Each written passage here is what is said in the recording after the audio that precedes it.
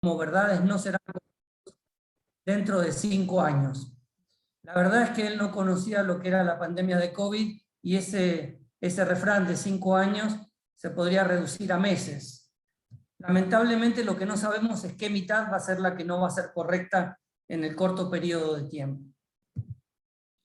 Con respecto a la producción científica de SARS-CoV-2, para aquellos que hemos seguido la evolución de la pandemia, hemos tenido que abrir una carpeta y yo he llegado casi a juntar 2000 artículos sobre SARS-CoV-2 de las distintas, de la más variada, digamos, clase de artículos. Y esto es un poco un resumen de todos los trabajos que se registraron en clinicaltrials.gov al 21 de julio del 2021. 6.200 trabajos se registraron como protocolos, 4.500 en curso, completados 1.433, y quiero remarcar este número de 178, porque prácticamente hubo 200 trabajos o 100 protocolos que se registraron inicialmente y que luego fueron interrumpidos antes de su conclusión. Yendo al principio, una de las cosas que aprendimos con la pandemia es a conocer lo que era el R0 o el RO como número básico de reproducción, que es en última instancia la capacidad que tiene en este caso un virus de infectar a partir de un caso conocido gente que sea susceptible. Y aprendimos lo que era el SEIR, susceptibles, expuestos, infectados y recuperados, y también entendimos cómo modificar esta capacidad que tiene el virus de transmitirse, ya sea a través de características propias del virus que determinan el R0, tratando de disminuir los susceptibles con la vacunación que ahora tenemos como inmunización activa, disminuir los expuestos a través de el distanciamiento social, el higiene de manos, el uso universal de tapabocas, y aumentando los recuperados, que tiene que ver básicamente con las personas que adquieren la enfermedad y sobreviven a ella.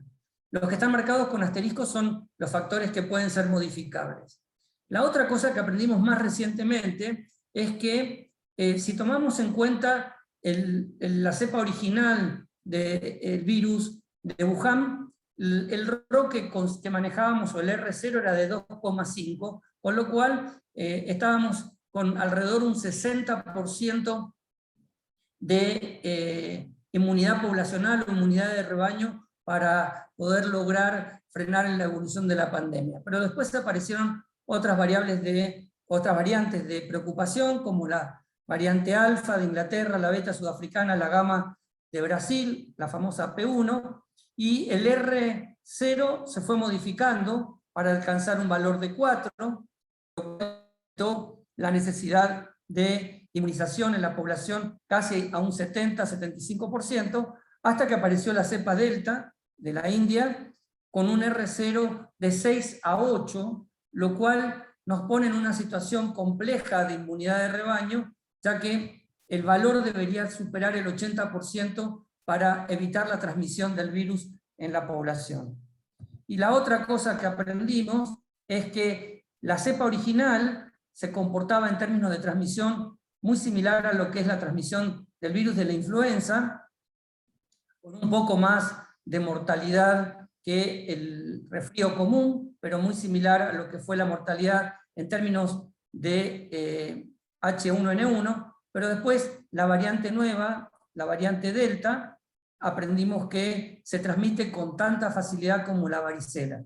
Y esto también puso de manifiesto que el virus puede ir mutando, puede ir cambiando, y dentro de las variantes que pueden aparecer, la más temida es que aumente la transmisibilidad del virus, y esto es lo que ha sucedido con la variante Delta. Con respecto a la letalidad de la variante Delta, la verdad que todavía hay bastante discusión. Los grupos más vulnerables son personas que no han sido inmunizadas completamente, y en los casos de inmunización, como en Estados Unidos, con inmunización completa, las reinfecciones por variante Delta están sucediendo en gente que ha sido vacunada hace mucho tiempo, al inicio o fines del año pasado, inicios de este año, y en gente joven, pero que no adquiere enfermedad grave y que solo cursa como una enfermedad respiratoria alta.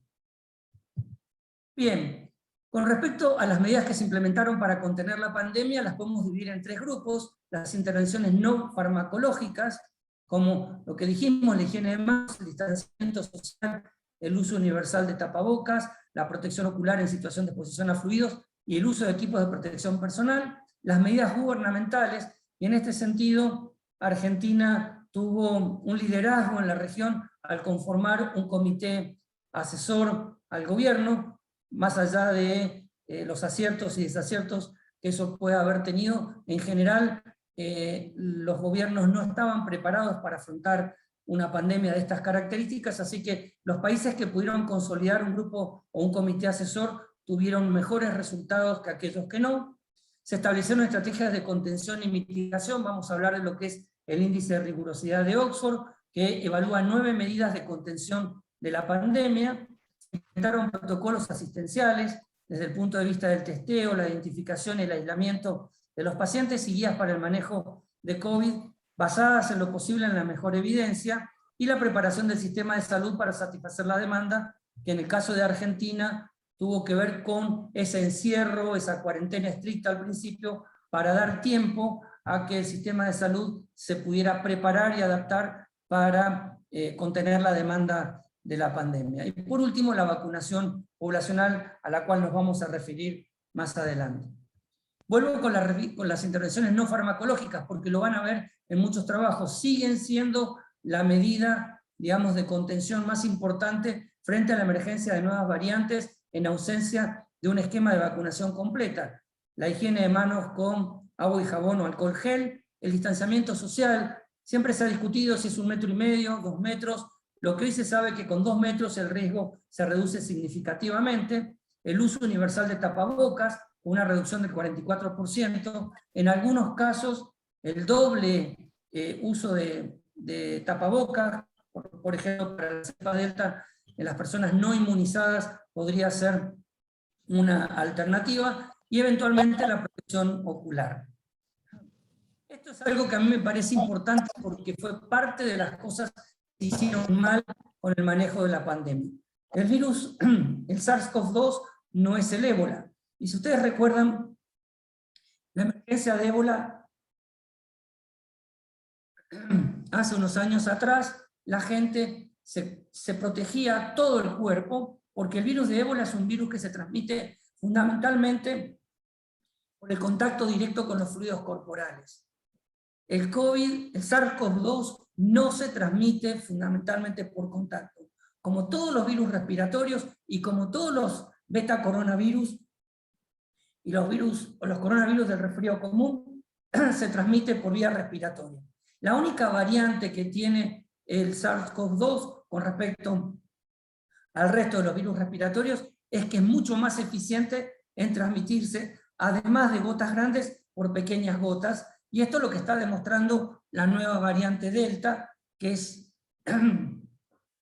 tiene, por la alta transmisibilidad y por eso la mayor carga que se genera, la capacidad de transmitirse dentro del ambiente cuando el ambiente es cerrado. Entonces, una lección aprendida: no era necesario el uso de camisolines, no era necesario el uso de tapetes o alfombras con desinfectantes, no era necesario lavar todas la fruta más allá de una higiene habitual de los alimentos, ni cubrir con alcohol las bolsas de supermercado, y mucho menos de pasar por túneles con desinfectantes que nunca supimos qué tenían y que nos rociaban todo el cuerpo.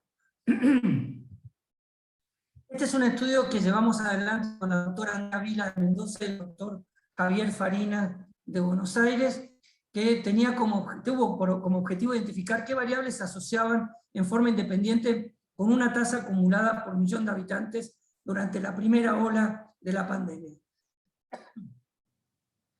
El estudio incluyó 44 países con al menos una población de 1 millón de habitantes, y el outcome fue la tasa de mortalidad acumulada a los 60 días de una tasa de casos nuevos por millón de habitantes de 10 casos como punto de partida. Esto fue para estandarizar la medición del impacto de las medidas implementadas y de las variables analizadas en todos los países de la misma manera. Se analizaron 35 variables, entre ellas variables demográficas, económicas, culturales, recursos sanitarios, comorbilidades, vacunación con BCG en la población, las respuestas gubernamentales, que era lo que les explicaba a través del índice de rigurosidad de Oxford, que es un índice que va de 0 a 100. Cuando el valor se acerca a 100, quiere decir que mayor cantidad de medidas restrictivas se implementaron, como por ejemplo cuarentena estricta, cierre de escuelas, el hecho de cierre de fronteras, reducción de la circulación poblacional, el índice de movilidad de Google, donde la gente estaba, digamos, permaneciendo en la casa, y como esta medida, este índice de Oxford varía en el tiempo, el promedio de los primeros 15 días posterior al punto de partida. Se hizo un análisis univariado y un análisis multivariado, y lo importante fue que en el análisis multivariado, las únicas variables que se asociaron con una menor tasa de mortalidad acumulada a los 60 días fue que ese país tuviera una vacunación sistemática de la población con BCG y que las medidas implementadas gubernamentales fueran de alta intensidad y precoces. Esto podríamos decir como rápido y furioso, hit hard and hit fast. Esto, digamos, reafirma el hecho de lo que vemos hoy en los países, que frente a situaciones de emergencia o de reemergencia de la pandemia, en esos lugares los países toman decisiones muy rápido, pero por corto periodo de tiempo. No hace falta extender estas medidas más allá de un punto inicial, porque sostenerlas en el tiempo no pareciera mejorar los resultados finales. Así que este fue un estudio que nos pareció interesante y estamos, bueno, por publicarlo. Con respecto a la patogénesis de la infección por SARS-CoV-2, todos sabemos que tiene 3 estadios: el estadio de la replicación viral y de la respuesta viral, el estadio 2, donde la respuesta viral baja, aparece la respuesta inmune y se inicia la fase pulmonar con una respuesta inflamatoria del huésped, y el estadio 3, que finalmente, la respuesta inflamatoria del huésped la que domina el cuadro clínico. Y para cada una de estas etapas hay síntomas clínicos específicos. Al principio un cuadro respiratorio alto, en el estadio pulmonar el infiltrado típico a nivel pulmonar del SARS-CoV-2 o del COVID-19, con afectación pulmonar sin hipoxemia y con hipoxemia, y finalmente en la etapa hiperinflamatoria el distrés respiratorio del adulto, y así como hay síntomas clínicos también hay estudios de laboratorios también característicos. Otra a lo largo de la pandemia es que la definición de caso sospechoso fue cambiando a lo largo de toda la pandemia, porque en las descripciones originales de China, por ejemplo, la anosmia o la ageusia no habían sido identificadas como elementos críticos, la cefalea no era un elemento realmente relevante, la diarrea tampoco había sido considerada. Sin embargo, cuando la pandemia se fue moviendo desde Asia hacia América, sobre todo América y Europa, empezaron a aparecer síntomas que no habían sido descritos, que fueron incorporados a la definición de casos sospechosos. Inicialmente el caso confirmado siempre tuvo que ver con una prueba como la RT-PCR para confirmar COVID-19, pero conforme fue avanzando también la pandemia, apareció el caso confirmado con criterio clínico epidemiológico, que se aplicó en Argentina, donde cualquier contacto estrecho conviviente con un caso confirmado de COVID-19 con síntomas específicos, cuando me refiero a específicos, aquellos que definían las características clínicas, sobre todo pérdida del olfato, pérdida del gusto, ya podía ser considerado como un caso confirmado, aunque no tuviera una prueba de laboratorio realizada. Otro aspecto importante que también aprendimos con el SARS-CoV-2 es repasar el concepto de inmunidad. Todos éramos conscientes de la importancia de los anticuerpos en la respuesta frente a las infecciones, tanto virales como bacterianas. Sin embargo, para el caso de el COVID-19 y la respuesta al SARS-CoV-2, hemos aprendido que también la inmunidad celular tiene altísima relevancia, como lo muestra este estudio acá a la derecha, que representa que aquellos pacientes con cuadros leves o asintomáticos de SARS-CoV-2 con baja respuesta de anticuerpos pueden llegar a tener una altísima, una muy buena respuesta de inmunidad celular, que también determina una protección con respecto a la adquisición de la infección, sobre todo a la infección, digamos, pulmonar por el SARS-CoV-2. Otro aspecto importante que vino fue el tema de los test diagnósticos y su utilidad. Siempre fue como referencia y gold estándar el uso de la RT-PCR como elemento importante. Después aparecieron test de diagnóstico rápido con anticuerpos, y de esos test de diagnóstico rápido hubo bastante controversia y confusión, porque aquellos que eran test de inmunocromatografía de barrido lateral tuvieron muy baja sensibilidad y especificidad, y en general llevaron a confusión. Los únicos que realmente demostraron utilidad, por lo menos para el screening de anticuerpos, fueron aquellos que se utilizaron con muestras de sangre en laboratorio, ya sea CLIA o ELISA, y no los de barrido lateral. Y por último, apareció los test de antígeno, mucho más recientemente, cuya utilidad se reduce específicamente al screening y no son útiles para la confirmación de la enfermedad. Sigue siendo por ahora el estándar, la RT-PCR como elemento confirmatorio.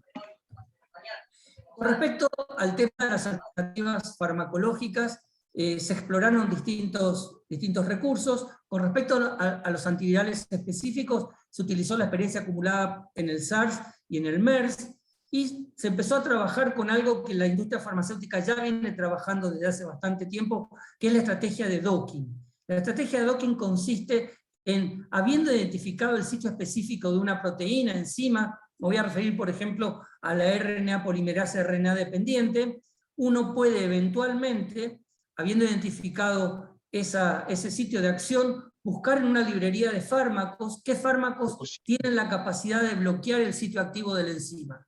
Y esto ha pasado con el desarrollo de algunas drogas, como el Remdesivir. Conociendo el sitio de acción de la RNA polimerasa RNA dependiente, uno pudo eventualmente utilizar el Remdesivir como estrategia terapéutica.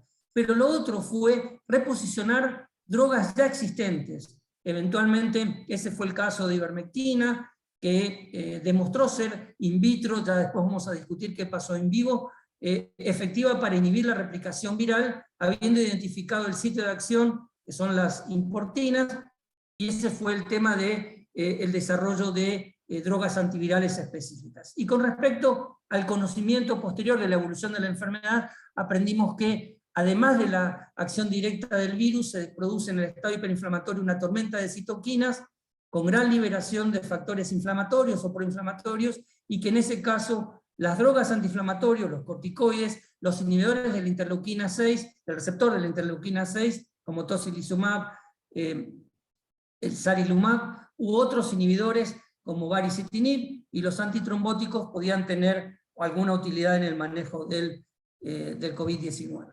Esta es una página que es muy interesante, sobre todo para aquellos que tienen que tomar decisiones en el sistema de salud de qué cubrir o qué no cubrir en función de la evidencia. Este es el sitio de referencias de la Asociación Americana de Farmacología. Ellos van llevando una revisión permanente el 15 de julio, donde están clasificados los recursos terapéuticos en antivirales, de soporte y otros, y van apareciendo los updated de cada una de estos productos o de estas alternativas, con un soporte de evidencia muy, muy, muy importante, que a uno le permite eventualmente decidir, digamos, la costo-efectividad o la costo-utilidad de cobertura de un medicamento, o la utilidad de ese medicamento para el tratamiento de los pacientes. Bien, acá quiero volver ahora al comienzo, cómo fuimos transitando el camino de la pandemia por COVID-19, que fue bastante tortuoso. Y voy a volver a algo que pasó en la pandemia H1N1 con respecto al Tamiflu. Este es un artículo publicado en una revista de India del 2015 de farmacología, que habla del fiasco del Tamiflu y las lesiones aprendidas. La conclusión de este estudio es que el cóctel de un pánico pandémico combinado con la propaganda publicitaria y una conducta científica inapropiada convirtió a nuevos medicamentos con una modesta eficacia en un éxito de taquilla. Esto digamos, aparenta que múltiples controles regulatorios, ¿sí?, dieron paso a la pérdida de la ciencia y a la posibilidad de que, en este caso, la industria farmacéutica no perdiera tiempo para hacer su negocio. Esto obviamente lo escribe el autor de este artículo. Si uno ve lo que pasó con la pandemia, con SARS-CoV-2, y acá me voy a posicionar en qué hidroxicloroquina. La hidroxicloroquina fue un fiasco. ¿Por qué? Porque todos empezaron, y empezamos, yo me incluyo, a utilizar hidroxicloroquina por un trabajo de muy mala calidad, con muy pocos pacientes, donde se comparaba un grupo control no concurrente, no internado en el mismo hospital, versus un grupo de pacientes que recibieron hidroxicloroquina y otros que recibieron hidroxicloroquina y acitromicina, sin ninguna evidencia desde el punto de vista de ciencias básicas de la efectividad de la acitromicina, no es el caso de la hidroxicloroquina. Pero si analizamos en detalle el trabajo que había sido publicado, fíjense, este autor, Jean-Marc Rolland. Jean-Marc Rolland es autor del trabajo y editor en jefe de la revista que lo publica. El trabajo había sido recibido el 16 de marzo, aceptado el 17 de marzo y disponible online el 20 de marzo. Y había sido presentado a las autoridades francesas prácticamente el día 5 y aprobado 2 días después para su realización. Lo cual llevó a los Estados Unidos a aprobar de emergencia el uso de la hidroxicloroquina sin ninguna evidencia sólida que permitiese sustentar su utilización. ¿Y por qué me detengo acá? Bueno, muchos de ustedes saben que yo todavía vivo en Bolivia, ahora el 31 de agosto vuelvo definitivamente a Argentina. En Bolivia se produjo un desabastecimiento en todas las farmacias de hidroxicloroquina, la gente se empezó a automedicar y faltó hidroxicloroquina para el tratamiento de los pacientes con enfermedades reumatológicas. Si bien en Bolivia hay una ley que requiere de la prescripción bajo receta de muchos medicamentos, inclusive de los antibióticos, el paciente o la gente va a la farmacia y esa resolución no es respetada y la gente accede en forma directa a los medicamentos. Después de ese estudio, surgió este estudio llevado adelante en Estados Unidos por Henry Ford Health System, ¿sí? Fue un estudio multicéntrico, pero observacional, retrospectivo, sobre 2.500 pacientes, que parecía demostrar que la hidroxicloroquina mejoraba la sobrevida de los pacientes con respecto a un grupo que no había recibido hidroxicloroquina, con una reducción significativa de la mortalidad. Pero recuerden que este estudio era un estudio retrospectivo. Si ustedes analizan el nivel de evidencia, los estudios observacionales son los estudios más preliminares, los estudios caso-control, como este que tenía un componente caso-control, son los que siguen, pero los estudios que agregan evidencia son necesariamente ensayos clínicos randomizados, aleatorizados, y si se puede doble ciego, mejor.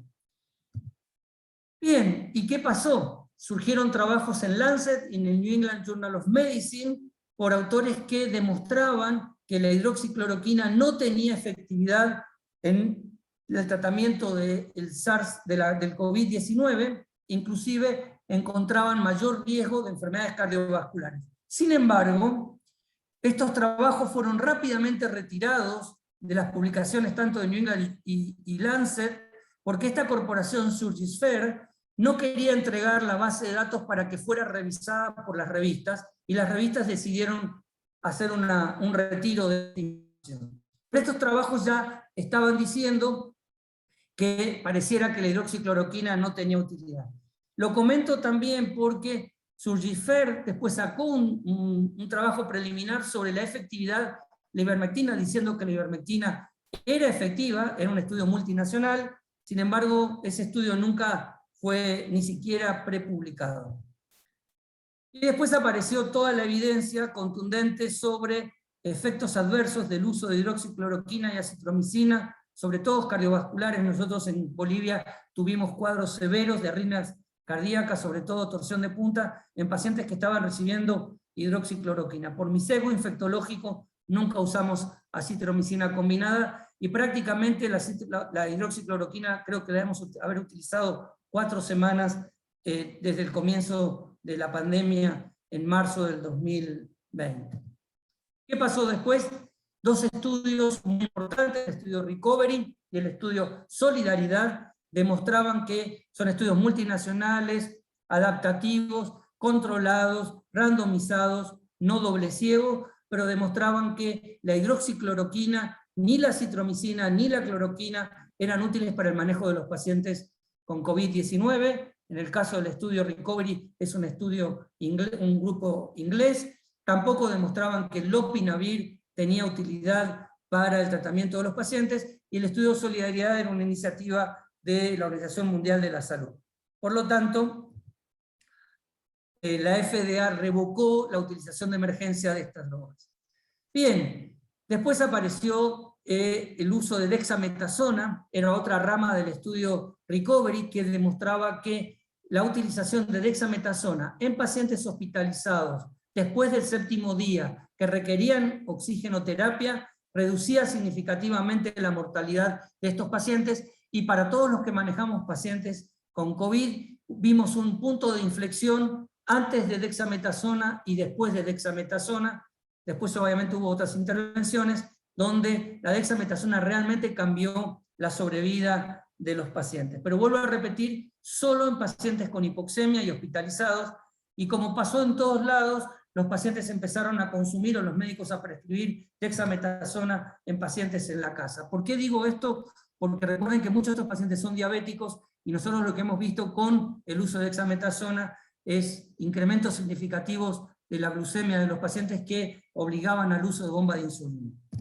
El otro novedad fue el uso de tocilizumab en pacientes admitidos al hospital con COVID-19, también una de las ramas del estudio Recovery, que demostró que en pacientes con marcadores inflamatorios, el estudio Recovery utilizó solo PCR como indicador de respuesta inflamatoria, mayor de 75 nanogramos por mililitro, que se beneficiaban con el uso de tocilizumab, es un inhibidor del receptor de la interleuquina 6, en una dosis, y si había digamos, respuesta parcial, una segunda dosis, siempre que el paciente tuviera requerimiento de oxígeno, estuviera hospitalizado, y inicialmente en las primeras etapas de ventilación mecánica. Esta fue probablemente una de las drogas incorporadas más recientemente en Latinoamérica. Un grupo en Uruguay que utilizó sistemáticamente, y otro grupo en Ecuador vieron resultados muy positivos, y nosotros en Bolivia también, cuando combinábamos tocilizumab y dexametasona frente a la no respuesta de dexametasona, y como empezamos a usar interleuquina 6 a niveles elevados de interleuquina 6. Finalmente, remdesivir, si bien había demostrado inicialmente que reducía el tiempo de internación de los pacientes cuando recibían remdesivir, es el único antiviral con actividad modesta que uno dispone en estos momentos. El grupo de la doctora Carolina, es la jefa de infectología del Hospital y Clínic de Barcelona. Ella tiene un protocolo donde combina dexametasona y remdesivir en los pacientes que tienen un CT bajo, que eso implica alta carga viral, o sea, un CT menor de 20. Cuando el paciente tiene un CT alto ya no tiene sentido, porque quiere decir que no hay replicación viral, y hoy es un estándar de tratamiento la incorporación del remdesivir en el tratamiento inicial de los pacientes, siempre que el paciente no tenga ventilación no invasiva a alto flujo, o sea, en la etapa inicial. Recuerden que es la etapa de replicación viral. Sin embargo, pese a que esto ya está consolidado, este es un estudio publicado hace muy poquito, menos de un mes, por el grupo de veteranos de los Estados Unidos, donde ellos, en un estudio nuevamente retrospectivo, demuestran que el uso de remdesivir no solo no acorta el tiempo de internación, sino que lo prolonga. Pero vuelvo a repetirles, tienen que ver con mucho cuidado los estudios que no son ensayos clínicos controlados aleatorizados, porque suceden estas cosas. Por ahora, este estudio no ha tenido un impacto importante en frenar la recomendación del uso de remdesivir. Con respecto al plasma de convaleciente, vemos que Argentina fue el país que más aportó información. El grupo Plasmar, con el doctor Simonovic del Hospital Italiano, y llevaron adelante un estudio que demostró que el uso de plasma de convaleciente con altos títulos de anticuerpos, mayor de 1 en 1000, en pacientes con enfermedad severa, que tenían hipoxemia o requerían inicio de terapia intensiva, con una neumonía de más del 50% de compromiso pulmonar, no mejoraba la sobrevida, que es lo que está a la izquierda. Y por otro lado, el grupo Infant del doctor Pollack, en el Hospital Militar, demostró que el uso de plasma de convaleciente con altos títulos de anticuerpos, también más de 1 en 1000, en pacientes mayores de 75 años o mayores de 65 años con al menos una comorbilidad, reducía significativamente el tiempo, o sea, la progresión a enfermedad severa, con un número necesario de tratar de 7. Y este es un punto importante porque, si bien es un estudio de impacto, el problema es la logística que se requiere para poder tener disponibilidad de plasma en el momento que se lo necesita, y sobre todo para poder rápidamente, frente al inicio de los síntomas, porque esto era en las primeras 72 horas de inicio de la enfermedad, poder recurrir al uso de plasma. Obviamente que como es una infusión de plasma, se tiene que hacer con paciente hospitalizado. Este es un resumen de las pocas cosas que hoy han demostrado ser útiles: dexametasona, remdesivir, tocilizumab. Dióxido de cloro ha sido un problema en toda Latinoamérica. Muchos lugares han utilizado en forma indiscriminada el dióxido de cloro, y en Bolivia peor, porque tuvo una aprobación por parte del Poder Legislativo para su uso en la población, en humanos, lo cual fue una barbaridad, pese a que las sociedades científicas y la Agencia Reguladora de Medicamentos obviamente estaban en contra. Hidroxicloroquina, citromicina, lopinavir, ritonavir y plasma de convaleciente en neumonía severa no tienen utilidad. Ivermectina me voy a referir ahora, y todavía no demostrado ibuprofeno inhalado, vitamina C, zinc, colchicina y nitazoxanida como alternativas. ¿Qué pasa con el tema de ivermectina? Ivermectina era una droga que mostró in vitro alta actividad virucida sobre el SARS-CoV-2 en cultivos celulares. Sin embargo, la concentración que se requería para producir la inhibición de la replicación viral era una concentración no posible de alcanzar con dosis supramáximas de 600 microgramos por kilo de peso en el ser humano. Por lo tanto, ya partía con un tema, digamos, del punto de vista farmacocinético, que iba en contra de que esta droga fuera útil. ¿Qué es lo que sucedió? El doctor Andrew Hill, que presentó en el Congreso de los Estados Unidos este estudio, este metaanálisis, tratando de soportar la utilidad de la ivermectina como tratamiento estándar. Les pongo como ejemplo: en Bolivia, en mes de enero, se le repartió a la población ivermectina para que tomara ivermectina en forma profiláctica. Este estudio, como les decía, demostraba la utilidad de la ivermectina prácticamente en todos los escenarios, tanto en la profilaxis, tanto en la hospitalización y la duración, en la recuperación y en la sobrevida. Sin embargo, ustedes ven que hay unos recuadros rojos en cada uno de los forest plot. Esos recuadros rojos hacen referencia a estudios que se hicieron en Egipto, que aportaron la mayor parte de los datos en los distintos trabajos. De hecho, si ustedes ven, son los que mostraban mayor impacto desde el punto de vista de la utilidad de la ivermectina. ¿Qué es lo que sucedió? Hace muy poquito la revista, estos estudios no estaban publicados, estaban en una prepublicación, retiró estos estudios, o sea, decidió no publicarlos por problemas de plagio y preocupación importante sobre la calidad de los datos. Por lo tanto, si uno retira todos estos estudios de este metaanálisis del doctor Andrew Hill, lo que sucede es lo siguiente: la ivermectina no tiene ninguna utilidad en el tratamiento del COVID-19, como ya sabíamos que iba a pasar, por el hecho de que no se alcanza una concentración útil en el cuerpo a dosis máximas, por encima de las dosis antiparasitarias. Así que creo que el tema de la ivermectina ya ha sido cancelado y no hay que discutir más sobre esta droga. Con respecto al tema de antibióticos, el dilema que ha sucedido durante la pandemia es que se utilizó antibióticos en forma totalmente indiscriminada, tanto en los pacientes ambulatorios como en los pacientes hospitalizados, cuando este metaanálisis en 3.500 pacientes demuestra que solo el 3,5% de los pacientes tienen una coinfección al momento de la internación y que aproximadamente el 16% van a desarrollar una neumonía asociada a ventilación mecánica en la mayor parte de los casos, pero que más del 70% de los pacientes reciben antimicrobianos. Y como les decía, esto desencadenó o aceleró una pandemia dentro de otra pandemia, que es la pandemia de la multiresistencia.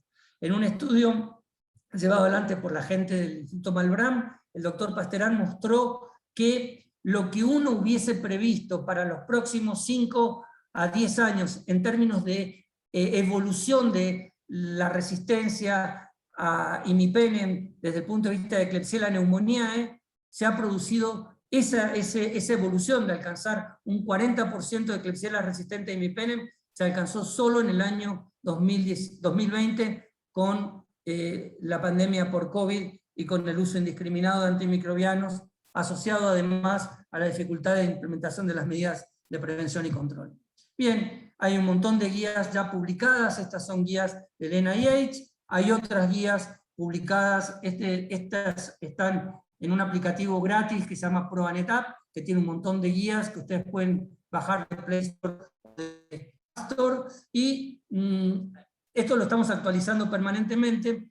Uno de los puntos que hoy también se han incorporado como alternativa terapéutica es el uso de anticuerpos monoclonales o policlonales en pacientes de alto riesgo como tratamiento inicial en la infección temprana de los pacientes, los primeros síntomas, que sería el equivalente al plasma de convaleciente precoz que demostró el grupo INFAN. El problema es que el costo de estos anticuerpos monoclonales es realmente elevado, por lo tanto, en países con recursos bajos uno debería seguir explorando la posibilidad de contar con plasma de convaleciente, más teniendo en cuenta que los pacientes que tuvieron COVID y que después reciben inmunización con al menos una dosis de vacuna tienen títulos de anticuerpos muy, muy elevados y podrían ser candidatos a la donación. Con respecto a vacunas, ya sabemos todas las vacunas que hay en el mercado y las que van a aparecer, pero les muestro este trabajo publicado hace poco en las revistas Vaccines, que ponía en tela de juicio la efectividad de la vacuna, o de las vacunas, diciendo que por cada 3 muertes prevenidas por la vacuna había que aceptar 2 muertes producidas por la vacuna, lo cual produjo consternación, pero ese trabajo también fue retirado de la revista porque los datos que tomaron para decidir la mortalidad inducida por las vacunas tenía una fuente poco confiable, por lo cual se estaba sobreestimando el impacto en términos de mortalidad atribuible a la vacuna. Hoy podemos decir que todas las vacunas, en el tiempo que llevan de aplicación y el número tan alto de población. Bien. Con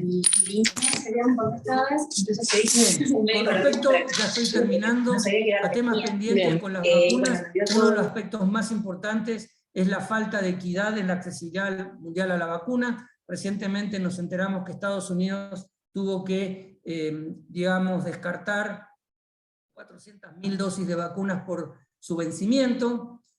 No están llegando las vacunas a los países de menos recursos, y tenemos que entender que en una pandemia estamos todos arriba del barco, si el barco se hunde nos hundimos todos, y la única manera de contener la emergencia de nuevas variantes es que la mayor parte de la población esté inmunizada en el menor tiempo posible. La discusión de vacunación voluntaria, mandatoria, obligatoria, la adherencia a la vacunación por parte de ciertos grupos, eso es un tema que en Argentina, por suerte, no lo estamos viendo como sucede sí en los Estados Unidos. Reacciones adversas a largo plazo, duración de la inmunidad, como les decía, pareciera ser que va a ser necesaria terceras dosis de refuerzo, sobre todo en grupos de riesgo, cuando pasen más de 9 meses o 12 meses de la inmunización inicial.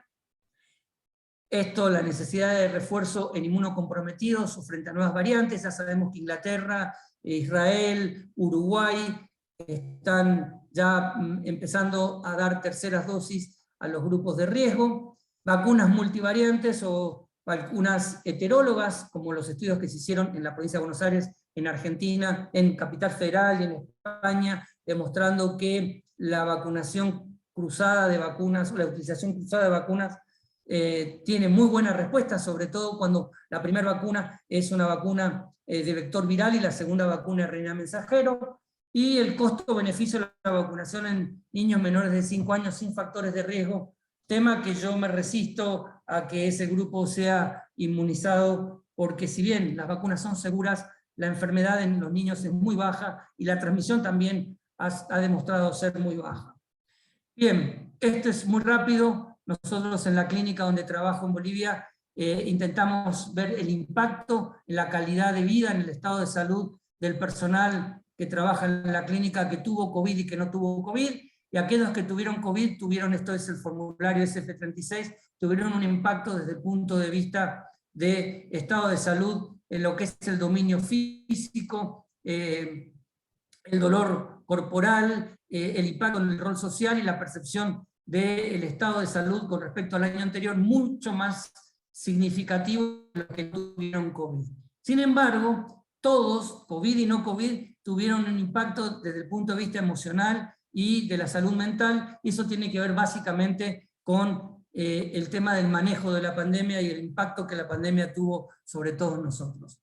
Por último, lecciones aprendidas de desafíos futuros: basar el manejo del COVID en la mejor evidencia científica disponible y en las recomendaciones internacionales.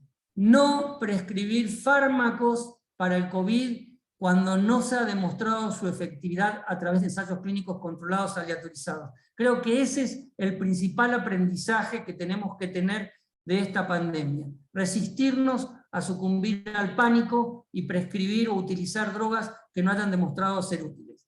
Reforzar la importancia de las intervenciones no farmacológicas mientras no tengamos otras alternativas. Equilibrar entre las medidas restrictivas gubernamentales y el impacto económico-social. Como dijimos, hit hard and hit fast, pero no sostenerlo largo en el tiempo. Abordar las inequidades en el acceso a la cobertura asistencial. Invertir tiempo en la educación del paciente. Eso es lo que no vimos en muchos países de Latinoamérica. El paciente se vio desprotegido frente al manejo del COVID, y la verdad es que las redes sociales, Facebook, sobre todo acá en Bolivia, fue la principal fuente de información para el paciente de qué hacer y qué no hacer con la enfermedad, y en general la información que estaba ahí estaba errada. Brindar apoyo emocional a los trabajadores de salud, preparar el sistema para aumentos inesperados de demanda de servicios, eso también es una lección que tiene que ser aprendida. Adaptar los centros asistenciales al manejo de estos pacientes y desarrollar e implementar programas de vacunación que prioricen a los trabajadores esenciales, a los grupos de riesgo, la población vulnerable, considerando siempre el costo-beneficio y enfocándose además en el nivel de adherencia. Muchas gracias y perdón por lo largo de la exposición. Gracias a vos, Rodolfo. Muy bueno, muy interesante. Y ahora vamos a continuar. Vamos a presentar, un momentito. Vamos a presentar al doctor Pablo Martín, y me falta Sonia, si ya la sumamos.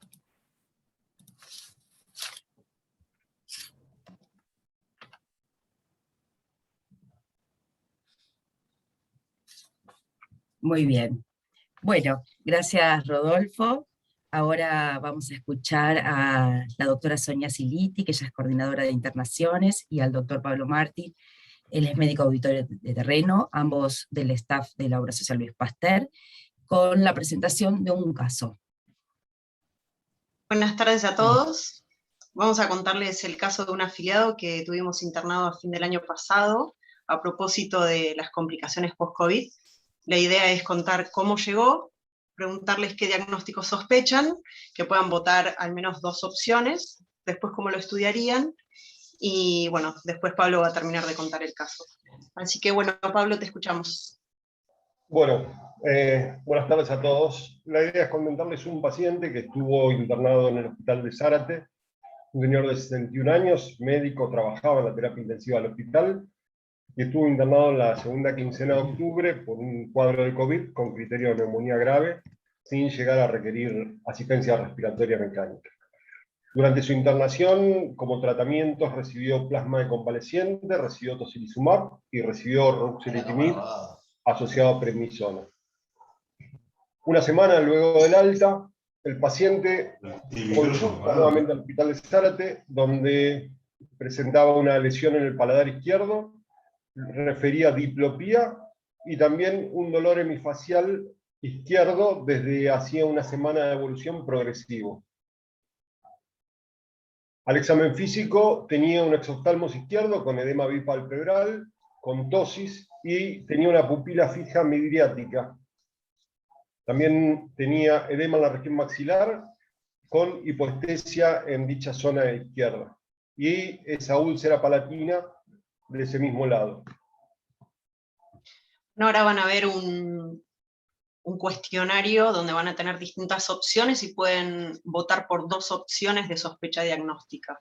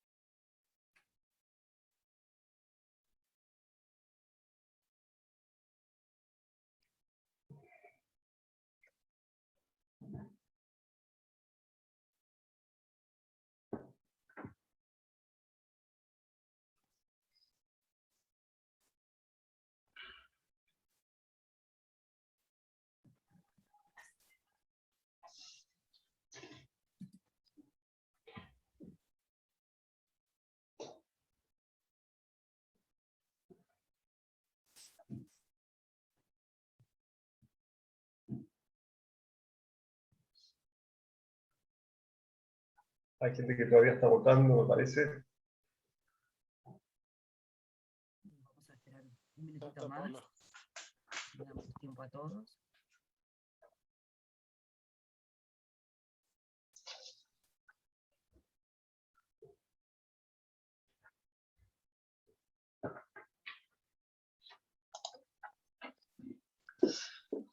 Bien. No sé si se ve los resultados, pero el 78% puso trombosis del seno cavernoso, el 52% infección oportunista, un 13% infección odontógena con compromiso del seno, y bueno, después queda un 4% para crisis tiroidea y apex orbitario. Ahora, en base a esas sospechas diagnósticas, ¿qué estudios se le solicitaría al paciente? Ahí vamos. Un momentito.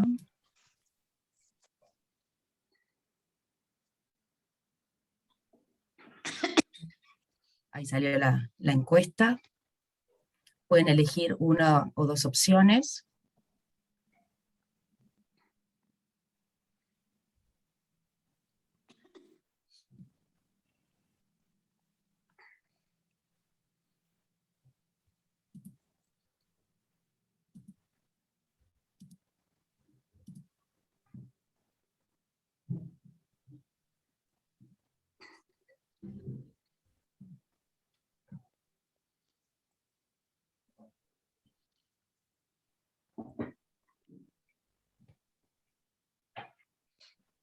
Vamos a esperar que sigan votando.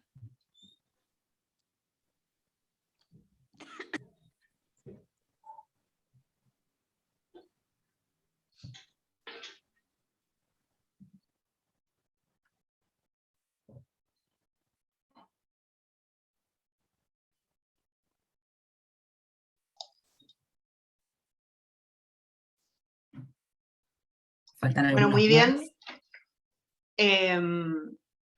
El 72% le pediría una resonancia con angio, el 10% una punción guiada por tomo, y el 7% un laboratorio con eritro y un 3% cultivos. Pablo, Bien. seguimos. Bueno, en ese momento en el hospital de Zárate lo que se realizó, se le inició tratamiento antibiótico, se le indicó fluconazol, aciclovir, y se lo anticoaguló y se solicitó la derivación a un centro de mayor complejidad. Ahí se traslada al Sanatorio de Las Lomas, de zona norte, y ingresa el día 11, ese mismo día, y le realizan sí imágenes de tórax y de macizo craneofacial. En la imagen de tórax lo que se veía es una imagen cavitada en el segmento anterior lóbulo superior izquierdo con discreto vídeo esmerilado periférico, y en las imágenes de la resonancia del macizo craneofacial, digamos, lo que se veía es engrosamiento mucoso a nivel del maxilar izquierdo, de celdillas etmoidales, esfenoidal, frontal izquierdo también, y se veía una colección líquida en el maxilar izquierdo. También había algo de alteración a nivel de la grasa orbitaria y inflamación y realce de la vaina del nervio óptico en la porción intraorbitaria. Acá están un poquito más detalladas las imágenes donde se ve eso, la alteración de la grasa, la ocupación del seno maxilar izquierdo. También comentarles que se realizó angioresonancia donde no se observó ningún compromiso vascular. El laboratorio sí tenía alteración y elevación de la eritrosedimentación. Con estas imágenes lo que se realizó, se rotó el fluconazol por anfotericina liposomal ese mismo día, y el día siguiente se realizó una endoscopía, una videoendoscopía por otorrino, donde se observó una lesión negra que comprometía todo el sector posterior de la fosa nasal, que se retiró, se removió todo y se envió material a cultivo citológico y anatomía patológica. Con esos datos, con esos resultados, en base a un diagnóstico presuntivo de una mucormicosis, el día 27 se repitió la toilette por la gente de otorrino mediante una videoendoscopía. El 6 de diciembre requirió pase a terapia intensiva por insuficiencia respiratoria. Estuvo ventilado unos días. El día 12 nos acompañó el profesor Negroni, que nos acompaña en esta charla también, a evaluar al paciente y a conversar con los infectólogos y los terapistas. Ahí ya ese día habían recibido el resultado de que era un Rhizopus, y él nos sugirió y apoyó la idea de promover que se sometiera a cirugía al paciente, se hiciera una exéresis amplia y la posibilidad de derrotar el antifúngico una vez que esté mejor el paciente. El día 20 se llevó a cirugía y se le hizo una resección craneofacial con enucleación del ojo izquierdo y una reconstrucción microquirúrgica y una traqueostomía de protección por la amplitud de la cirugía. El paciente se rotó luego de la cirugía la anfotericina por posaconazol. Tuvo como complicaciones de la estadía en la terapia del Yoxep. Luego de eso, en el mes de enero fue trasladado a un centro de rehabilitación y luego de darse de alta cumplió los 6 meses de tratamiento con posaconazol y ya está en el domicilio sin decanulado y con una vida normal. El paciente nos dio autorización para compartir con ustedes las imágenes de cómo se encuentra actualmente de aspecto. Este es el paciente.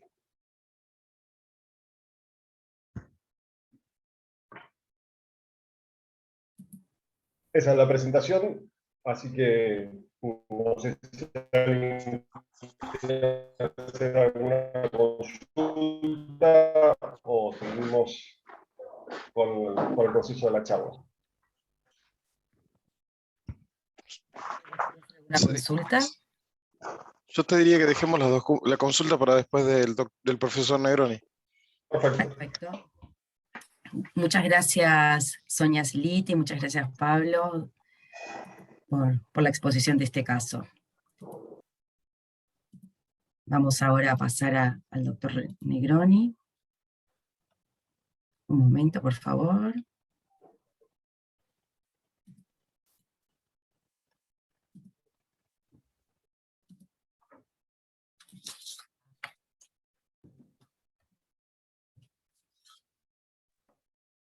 Marina, yo la tengo en Sí. color, si querés. Acá estamos. Bueno, Ahora sí vamos a presentar al doctor Negroni, quien hará un repaso de este diagnóstico. El profesor doctor Ricardo Negroni, él es médico infectólogo, es ex profesor titular de microbiología y parasitología de la Facultad de Medicina, Universidad de El Salvador, ex jefe de la unidad de micología y del Departamento de Enfermedades Infecciosas del Hospital Muñiz. Bienvenido, doctor. Muchas gracias. Yo veo, a ver, muy bien, un poco chica la imagen para mí, voy a ponerla ahí. ¿Se comparte bien ahí la pantalla? Sí, ahora sí, perfecto. Muy Muy bien. bien. Vamos entonces adelante. Bueno, en primer término van a encontrarse ustedes, aquí está pasando las cosas rápidamente. No, primero la primera diapositiva. Hay un término sigomicosis que ya los micólogos médicos no utilizan más, que incluía a la mucormicosis y a la centomoftoromicosis. Nosotros nos vamos a ocupar de las mucormicosis, que son infecciones oportunistas debidas a hongos que pertenecen al orden mucorales, que son hongos ambientales. Viven sobre sustancia orgánica en descomposición en el ambiente, principalmente en la tierra, y tienen esporas que pasan al aire y pueden llegar al organismo humano a través de diversas vías. La inhalatoria, la digestiva, la transcutánea son las principales. Hay numerosos géneros dentro del orden mucorales, pero el Rhizopus es el género más frecuentemente implicado en las infecciones aquí en nuestro territorio. Por ejemplo, Cunningamela es muy común en España. Syncephalastrum es raro de ver en nuestro medio y Saxineae se ve sobre todo en casos debidos a infecciones por trauma. Siguiente. La forma sinuso órbito cerebral, que es la que presentó el enfermo que ustedes vieron ahora, es la más comúnmente observada en la clínica. Y la causa principal es la diabetes, especialmente aquella que está descompensada, con cetoacidosis. También puede haber casos debidos a cetoacidosis urémica, en los grandes quemados, en el uso prolongado de corticosteroides durante los trasplantes y también por el uso de quelantes de hierro como la deferoxamina. Estos quelantes hacen que el hierro se implante mejor como nutriente del hongo y entonces el hongo empieza a crecer violentamente. Las formas torácicas son más frecuentes de observar en los pacientes oncohematológicos y especialmente se ha visto que cuando se hace el tratamiento empírico con voriconazol aumenta el número de mucormicosis. La forma abdominal se ve también en pacientes oncohematológicos, pero se ve sobre todo en niños de bajo peso al nacer y en desnutridos graves. La forma cutánea se ve en los casos de cirugía, de politraumatismo, de infección de heridas quirúrgicas y como metástasis de infecciones diseminadas. La siguiente. La forma sinuso órbito cerebral tiene los síntomas que ustedes acaban de ver en este paciente. Era un paciente de libro. La primera manifestación es el dolor retroorbitario profundo, muy intenso. La diplopía o la aparición de proctosis, como el tubo, o la disminución de la agudeza visual o la ceguera. Los estudios por imágenes muestran esto que ustedes vieron: invasión de los senos, de la órbita y a veces también del lóbulo frontal del cerebro. La siguiente. Estos son pacientes, algunos de ellos que vi yo, este es un paciente mío, que era un chico diabético, cetoacidónico, tenía un aliento cetónico que se olía a metros. Ustedes ven la deformación de la cara, esto es edema. Aquí hay una ptosis palpebral, no lo podía levantar al párpado, estaba ciego ya, había llegado a la miopía, tenía una úlcera del paladar aquí se preguntó de los cultivos. Lo primero que hay que hacer es raspar el paladar. Con una muestra por escarificación se ve el micelio ancho de diámetro irregular y con pocos tabiques. Eso es un mucoral y ya está. Todo lo demás viene después. Entonces vamos a ver la siguiente, las pasamos rápido, vemos, perdón, no tan rápido. Vemos aquí los estudios donde se ve la alteración de la órbita, el compromiso de los senos paranasales, de los cornetes. Siguiente. Esta es otra paciente que tuve yo, había tenido un aborto espontáneo con feto muerto y retenido, tuvo una sepsis posaborto, hizo una complicación con una mucormicosis, que ustedes ven acá, la tumefacción facial, la ptosis palpebral, las escaras necróticas que aparecen en la piel, y muy posiblemente este fue el transmisor. La tela adhesiva guardada en un ambiente húmedo es una trapa esporo de mucorales, y esto se lo pone en el nariz de un paciente altamente comprometido con factores de riesgo importantes. Ella era una diabética, no sé si lo dijo, pero lo digo por las dudas. Este fue un caso mortal, el anterior fue un caso que salvó la vida. Bueno, las lesiones que ya vieron ustedes en otras presentaciones, pues, aquí hay algunos que yo extraje de internet, donde se ven cosas destructivas, brutales. Esto, ustedes dicen, ¿en cuánto tiempo se hace? En 3 días. En 3 días se hace esto. Esto es brutalmente agudo. Pasamos a la siguiente, los estudios por imágenes, con invasión de senos paranasales, la quemosis, que es otro síntoma frecuente, la destrucción palatina, la destrucción del ala de la nariz. La siguiente. En las formas pulmonares se ve principalmente en los pacientes oncohematológicos. Ha habido algún enfermo con coronavirus que ha tenido esta complicación también. En ese caso se hace muy difícil diferenciarlo de la aspergillosis unida al coronavirus. La aspergillosis unida al coronavirus es bastante más frecuente. En el Hospital Muñiz, entre el año pasado y este, hubo 17 casos de aspergillosis asociada al COVID. Y va a presentar esto que está aquí: dolor torácico, disnea, hemoptisis, derrame pleural, consolidaciones pulmonares en diversos aspectos, y los estudios por imágenes no tienen nada de específico. Aquí uno tiene que depender fundamentalmente del aspirado traqueal o del lavado broncoalveolar cuando esto sea posible. Esto está restringido, como ustedes saben, en los pacientes COVID por la posibilidad de la infección del personal de salud. La siguiente. Aquí vemos imágenes que, como ustedes ven, no tienen nada de específico. La siguiente, en los estudios más, aquí ven un absceso enorme con una pared, un signo del halo invertido, acá. La siguiente. Lo mismo acá. Aquí es radiografía simple, que no dicen mayormente nada. La siguiente.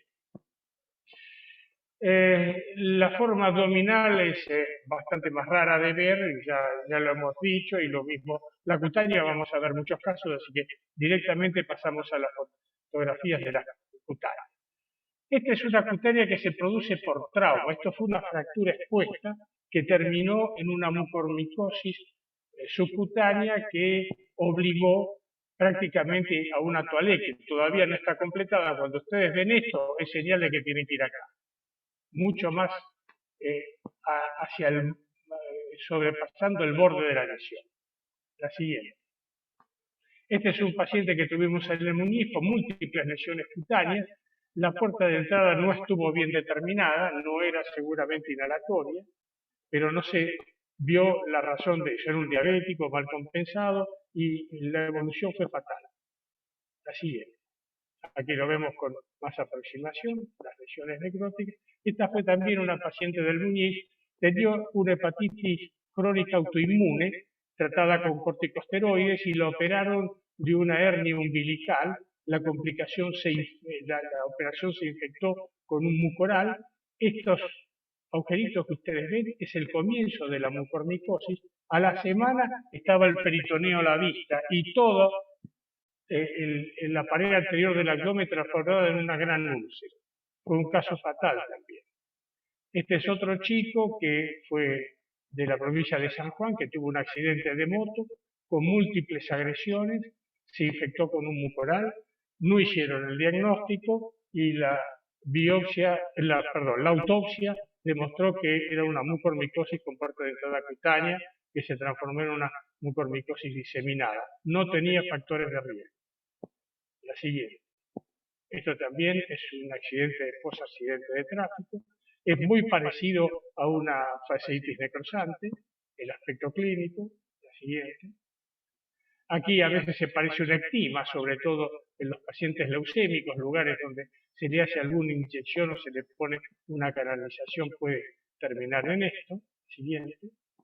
Y también puede ser como consecuencia de mucormicosis diseminada grave, como en estos casos donde se ve la escalera necrótica. Siguiente.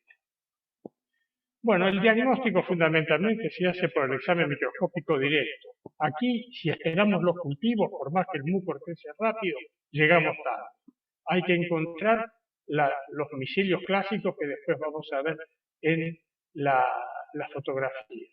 El cultivo se hace en medios de agar glucosado de Sabouraud o agar papa glucosado, que son medios de cultivo habituales, y para aumentar la obtención de cultivos positivos puede sembrarse también agar infusión de cerebro y corazón e inclusive incubarlo en la atmósfera con CO2, 10% de CO2, que se hace con el método de la vela como se hace en el Goroko. Sin embargo, los cultivos suelen fracasar, ya sea porque toman zonas necrosadas o porque se hace mal uso del mortero. Aquí no se puede usar mortero con arena estéril para homogeneizar el material, sino que tiene que ser cortado en pedazos chiquitos y esos pedazos sembrados sobre placas de agar. El estudio histopatológico es muy importante porque permite ver el hongo y también la invasión de los vasos sanguíneos. Esta es una micosis angioinvasora y por eso es tan destructiva y tan necrosante. Las técnicas moleculares son muy importantes porque aceleran el reconocimiento del agente causal, permiten la clasificación a nivel de especie y también sería probablemente el Malditov. Sin embargo, no hay patrones de Malditov, que es la espectrometría de masa, en mucorales, así que no hay este elemento de diagnóstico como cosa importante. La siguiente. Aquí vemos examen al estado fresco, estas son fotos originales, donde se ve las hifas, estas hifas con pocos tabiques. Aquí hay uno, pero son muy pocos. Los tabiques son hifas anchas, mucho más anchas que las de Aspergillus, y con diámetros más irregulares. Además, la ramificación no es en ángulo agudo, sino que se hace de distintas formas.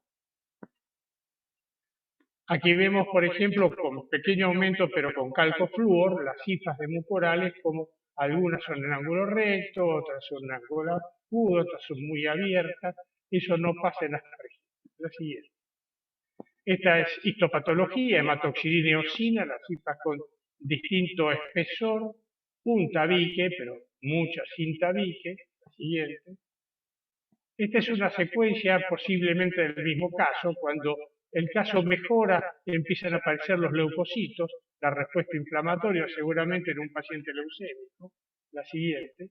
Y después con el tiempo inclusive alguna célula gigante que va rodeando la hifa. Esto ya es en el periodo de incubación, de remisión, cuando mejora ostensiblemente el estado.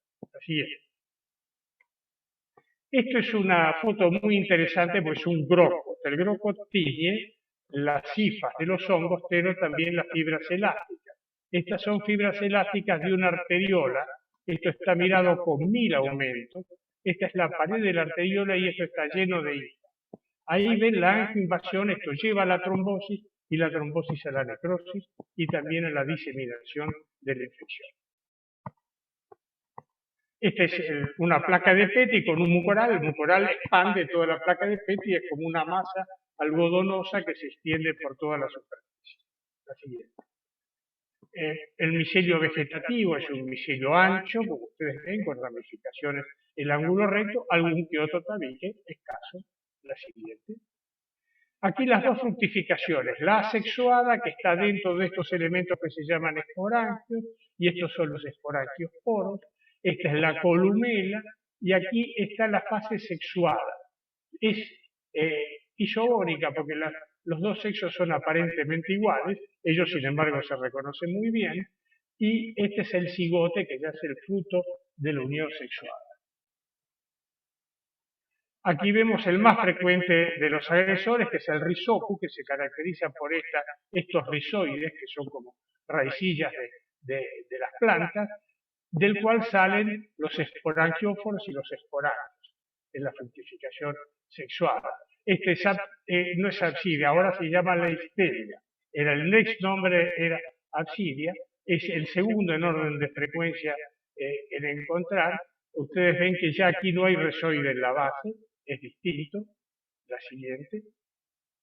Vamos a pasar rápido porque esto es para micólogos, ¿no? Apofisomyces, Cuningamela, Syncefalazo. Ustedes ven que desde el punto de vista fenotípico, es decir, la morfología, los que los viejos micólogos hacíamos siempre, esto se llama diseño en cámara clara, es lo que mejor objetiviza la morfología del hongo. Permite hoy en día nada más que el diagnóstico del género. No se puede diagnosticar la especie. Aquí yo puedo decir Saxinia, pero no Saxinia basiforme, puede ser otra. Eso hay que hacerlo por biología molecular.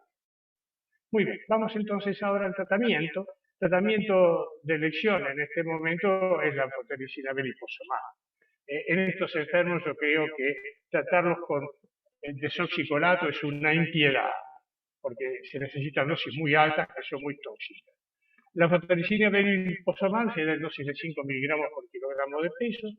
Es obligatorio durante las primeras 3 semanas y si no, se ve de suplantarlo progresivamente por otro medicamento. El medicamento alternativo es el posaconazol, como hicieron aquí con este caso. En los casos de invasión del sistema nervioso central se aconseja dar 10 miligramos por kilogramo de peso y por día. El posaconazol actualmente se vende en comprimidos y es de absorción mucho más estable que antes. Las tabletas se dan por vía oral. Hay también viales, yo no sé si los viales están disponibles en el país, lo que hemos dado siempre es la vía oral como droga de tratamiento de mantenimiento. La dosis inicial es de 600 miligramos por día y después se pasa a 300 miligramos por día. Cuando se utiliza la suspensión oral, debe hacerse la dosis de 300 miligramos diarios 2 veces por día. El isavuconazol es también una droga que se emplea como en el reemplazo del posaconazol, tiene algunas ventajas sobre el posaconazol, es más, desde el punto de vista farmacocinético, es de absorción más regular, tiene menos interacciones con las otras drogas potencialmente y su eficacia es muy buena. Digamos, la experiencia que uno tiene con esta droga es mucho menor que la que tiene con el posaconazol, que lleva más años en el comercio. A esto hay que unirle el tratamiento quirúrgico, como se hizo acá, impiadoso, vaciamiento de todo lo que haya que vacilar, y la compensación de los causas que hayan determinado la aparición de esta micosis. Por ejemplo, mejorar la producción de leucocitos mediante estimulación de colonias de granulocitos y macrófagos, reducir la glucemia, establecer que los problemas metabólicos sean compensados lo antes posible, y también la reducción del compromiso inmunitario cuando éste esté presente. La siguiente. Bueno, en el caso de la asociación con el coronavirus, la primer micosis que se asocia a las candidemias en orden de frecuencia, la segunda es la porfirosis pulmonar y esta sería la tercera. Haciendo la salvedad que hay mucho subdiagnóstico de neumocistosis. La neumocistosis produce manifestaciones muy parecidas a las del coronavirus, que es muy difícil de diferenciar, y la obtención de material para diagnóstico, que es el lavado broncoalveolar, es muy difícil de hacer en estos casos. Entonces, aquí no sabemos a ciencia cierta qué pasa. La mayor drama de la asociación mucormicosis-coronavirus es en la India. La India es el segundo país en número de diabéticos del mundo, el primero es China, y tiene 80 veces más diabéticos descompensados que los Estados Unidos. El 81% de los casos diagnosticados asociados a COVID ha sido en la India. Y hasta julio de este año, es decir, el mes pasado, se habían diagnosticado, o por lo menos estudiado, más de 28.000 casos de esta afección. La edad promedio era de cerca de 52 años, en los varones era más frecuente que en las mujeres, como ustedes ven. La mayoría de los casos requirió oxígeno, de alguna manera, algunos asistencia mecánica respiratoria. El 87% fueron tratados con corticosteroides por más de 8 días y 78% eran diabéticos, 44% de ellos mal controlados. Entonces ahora vamos a ver algunos aspectos de la patogenia que explican por qué pasa esto. Siguiente diapositiva. La mucormicosis, perdón, la siguiente. Aquí nosotros vemos que el SARS-CoV-2 produce una leucopenia, con linfopenia, con reducción de los linfocitos TSD4 y CD8, es decir, una grave afectación de la inmunidad mediada por células, con baja del nivel de producción de interferón gamma, especialmente el debido a la producción de los linfocitos TSD4 positivos. Además, necrosa los tejidos, produciendo una zona de tejido muerto que facilita la invasión de los mucorales. El daño de los endotelios vasculares también facilita que se instale el mucoral, las trombosis, las necrosis, todo esto es destructivo para el paciente y facilita que un hongo que ingresa, en general ingresa por vía nasal, ¿por qué? Por el tamaño de las esporas. El Aspergillus fumigatus tiene esporas chiquititas, entonces llega al alvéolo pulmonar. Este no llega al alvéolo pulmonar, se queda generalmente en el epitelio nasal o en el epitelio oral, por eso las úlceras de la boca. La hiperglucemia produce una elevación de los niveles de la enzima inhibidora de la angiotensina y eso genera daños endotelios vasculares, que es una cosa que también producen los mucorales y que facilita la implantación, la adhesión de los mucorales al epitelio, al endotelio de los vasos sanguíneos. Tanto la diabetes de tipo 1 como la diabetes de tipo 2 altera la respuesta inmunitaria. Otra de las cosas importantes es que se aumenta en esta infección el nivel de ferritina. Y cuando la ferritina es de más de 800 microgramas por mililitro, facilita el aumento de hierro y da hierro disponible para los mucorales, aumentando su desarrollo. Los glucocorticoides, además de aumentar la glucemia, alteran la inmunidad, tanto la inmunidad innata, dependiendo de los fagocitos profesionales, leucocitos polimorfos nucleares y macrófagos, como la alteración de los mecanismos de la inmunidad adaptativa. La siguiente. Además de la diabetes, 10% de los enfermos de la India fueron hipertensos y 88% tenían compromiso renal. Los síntomas de la mucormicosis aparecieron, como en este caso, a los 10 días de la internación, alrededor, y el diagnóstico se estableció 5 días más tarde. Esto es lo que hay que reducir. Lo que hay que reducir es establecer la sospecha lo antes posible. 78% tuvieron compromiso de la órbita y destrucción de la misma.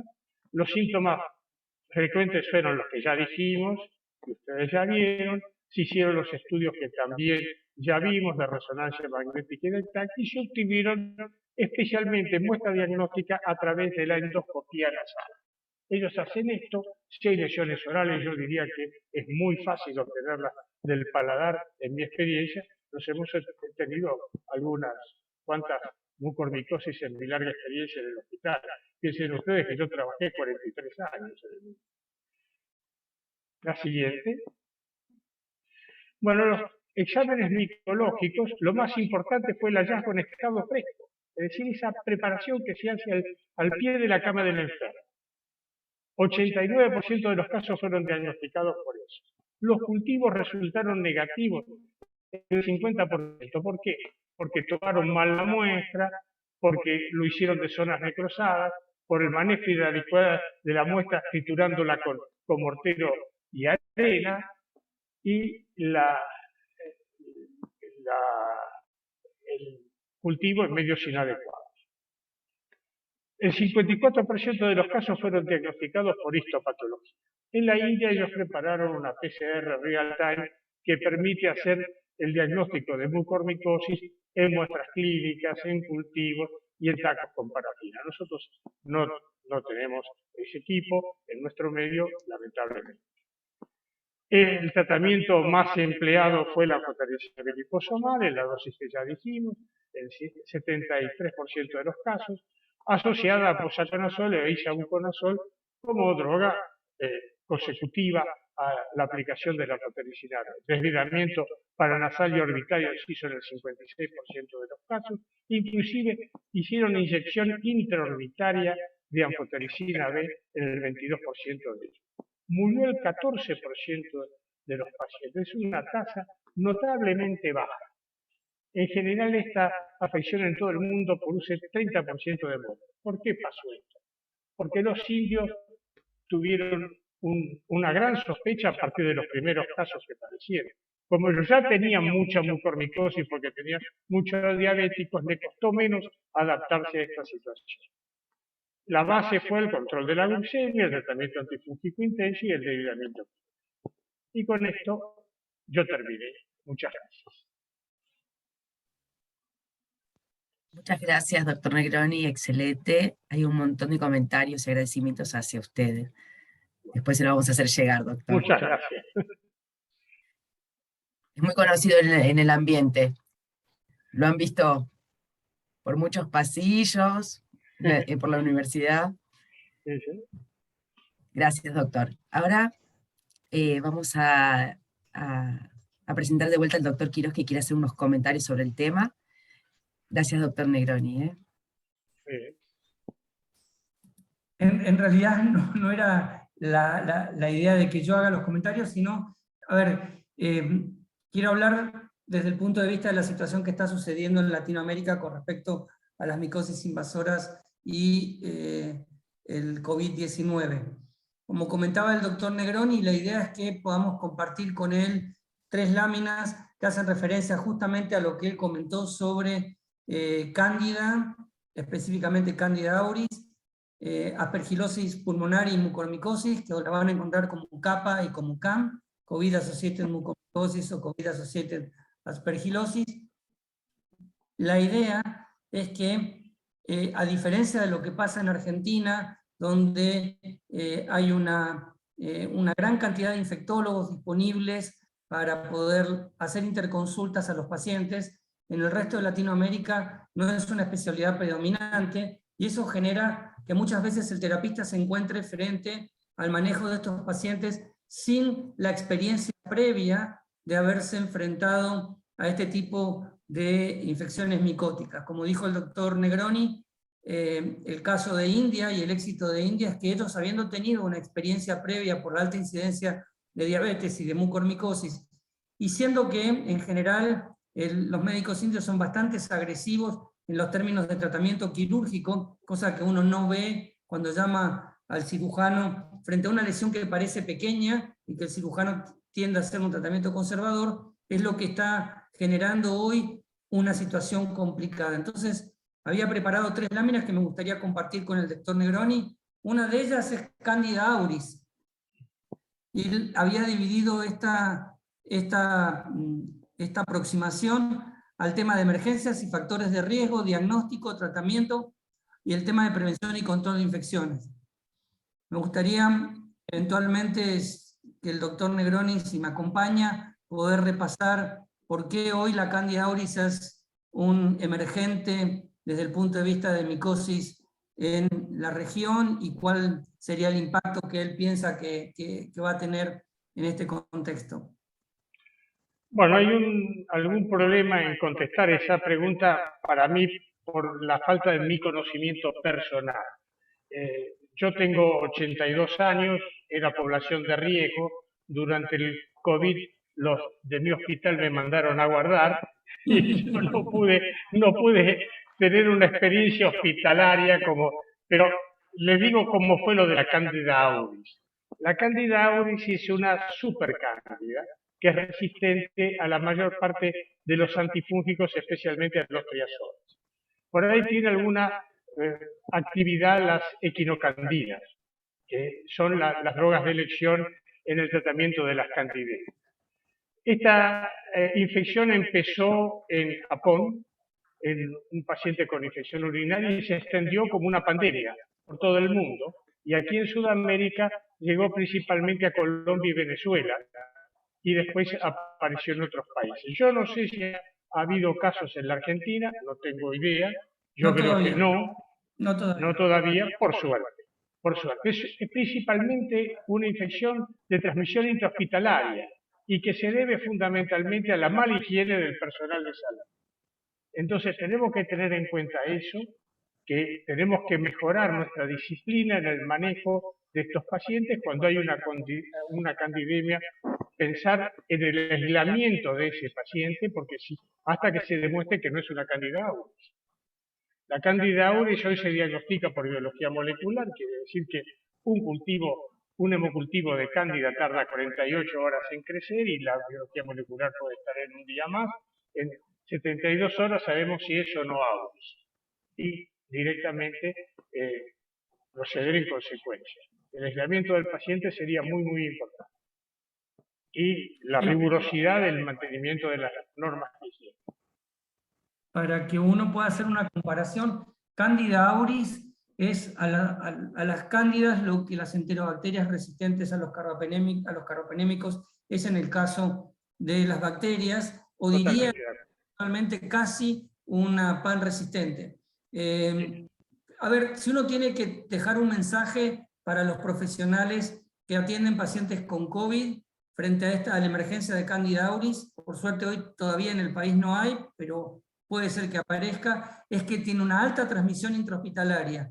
Un caso de Candida auris debe ser considerado en el hospital como un brote y el paciente tiene que ser, como dijo el doctor Negroni, aislado, tan aislado como haríamos nosotros con el caso de una enterobacteria resistente a carbapenémicos, una KPC, una metalobeta enzima, etc.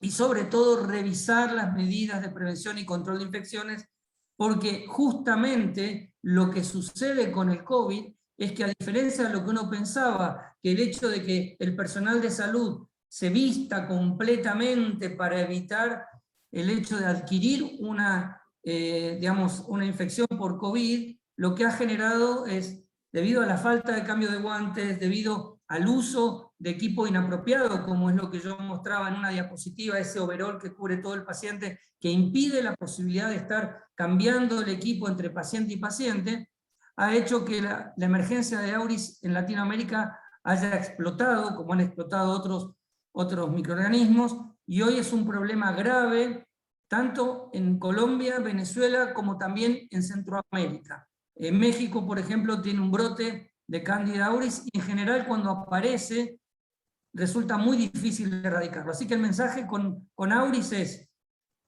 vigilar la prevención y control de infecciones para evitar la transmisión, tener una alta sospecha cuando hay cándida en el hemocultivo para pensar que podría tratarse de Candida auris, y tener test de sensibilidad, porque muchas veces uno piensa que un azólico puede andar y la verdad que no. De hecho, en Candida glabrata el voriconazol o los azólicos no son efectivos y uno tiene que recurrir a las equinocandinas. Dicho eso, es algo que también vemos en las terapias intensivas, la utilización indiscriminada de equinocandinas en la sospecha de infección micótica, con scores que todavía no han sido del todo validados, que está generando tanto en Italia como en algunos casos, la emergencia de resistencia por parte de Candida auris a las equinocandinas, con lo cual ya prácticamente no habría ningún recurso terapéutico. ¿Querés que pasemos a la otra lámina? Bueno, Creo que de mucormicosis ya hablamos bastante. Podríamos, si querés, pasar a la última, que sería aspergilosis. Doctor. bueno, aspergilosis es lo que más hubo en el Muñiz. Yo no la vi, porque ya dije por qué no la vi. El diagnóstico se hace en un enfermo que empeora desde el punto de vista respiratorio. A veces tiene hemoptisis, a veces no. Tiene aumento de las imágenes, no siempre son claras, no hay imágenes típicas. Puede tener la imagen del vidrio molido, del infiltrado, pero eso no es nada específico. Lesiones cavitarias sí harían pensar ya más en la aspergilosis y no son las más frecuentes. Lo que sí es que no responde a antibióticos, no mejora con ellos y se ve sobre todo en pacientes que están en respirador. No es de aparición rápida, sino cuando llevan varios días de internación. Muchos de ellos están tratados con corticosteroides o con biológicos que inhiben la acción de la interleuquina 6, como hemos visto. El diagnóstico se hace fundamentalmente por aspiración de secreciones respiratorias. Lo ideal sería el lavado broncoalveolar. Sabemos que esto es difícil de hacer en estos enfermos. El aspirado traqueal no da la seguridad de diferenciar entre colonización e infección, pero en este caso es más vale pecar por más que por menos, porque no hay mucho tiempo que perder. Si en la visualización del examen microscópico se ven hifas y se obtiene un cultivo positivo de aspergilos, especialmente si es fumigatus, hay que tratar al paciente. Con antifúngicos no hay otras salidas. También se puede hacer en el respiratorio el dosaje de galactomananos o la obtención de galactomananos, ya sea por lateral flow o por el sistema de LISA. Los dos sistemas están disponibles, por lo menos en la ciudad de Buenos Aires. La ciudad de Buenos Aires tiene un sistema que inicialmente fue municipal, actualmente abarca varios hospitales privados, que son 29 laboratorios de micología. Esto es un lujo asiático si se lo compara con lo que hay en el mundo. Y están interconectados y tienen distintos grados de complejidad. El centro de referencia está en el Hospital Muñiz y el Hospital Muñiz tiene estos elementos como para hacer el diagnóstico de aspergilosis.